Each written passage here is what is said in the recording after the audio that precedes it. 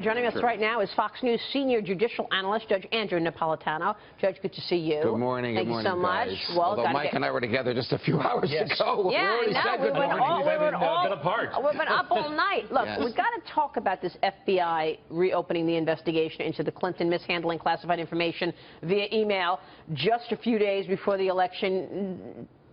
How much do you attribute what has taken place to that? I don't think that the FBI tipped the scales at all.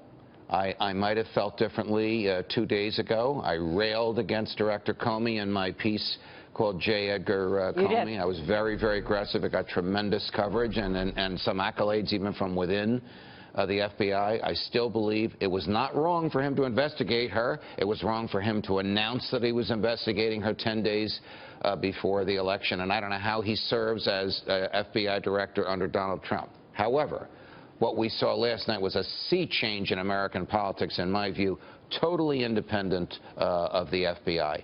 I don't think Mrs. Clinton expected to win, even though she put on that good front. I think she's smart enough to know she was shoveling against the tide, and as William Faulkner once said, she was doomed, and she knew it. Why do you say that, though? Because I didn't feel that from any of her people or from any of the establishment. The media, her news agencies didn't think that either. Because Trump managed to tap into a wellspring of resentment to the establishment that we haven't seen since Ronald Reagan in 1980. Profound, deep resentment. This is an utter rejection of Obamacare. This is an utter personal rejection of Barack Obama, of Michelle Obama, of the type of White House and ideology in the executive branch of the government that they have stood for. It's also a lesson for the Democrats. Something as profound a change as Obamacare, you can't win this with just Democratic votes. There has to be some consensus. You can't force it down the throats of the other side, because now we're going to cough it up. Well, but these overeducated elitists never acknowledge those very problems. They don't acknowledge their own failings and flaws and faults and problems that they are created by their own hand. So the fact that they didn't Mark Penn, when he was when he was here, said white female voters came out for Donald Trump in greater numbers than people expected. Latinos did.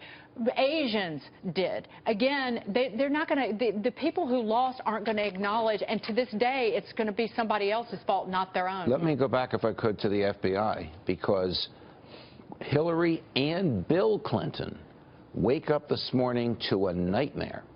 They wake up to 2 FBI investigations, one involving him, one involving him and her. That's what I want to ask you. Where do these investigations go now, do you think? The investigations are profound, and the investigation of the pay for play.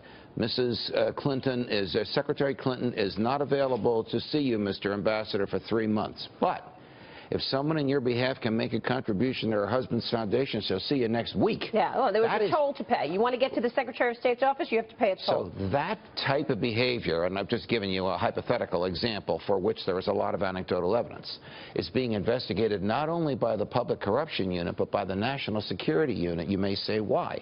Did she shade any of her positions and exercise of power as Secretary of State to harm national security and benefit the foundation? The other investigation, for which former President Bill Clinton, her husband, is a target, is whether or not the foundation was a true charity, a slush fund, a charity on its face, but it's really designed to enrich the people that run it, or a criminal enterprise, something that claims it's a charity but doesn't do with the donated funds what it tells the donors it's going to do with them. Well, there were reports that they only gave out 6 or 8% of the money in the Clinton Foundation that came in. Yeah, where did the 96% go? More corruption. I agree with every single thing you said, except for I think she thought she was winning last night. I don't think, I think she thinks she was going to win. She had it in her brain that she was winning.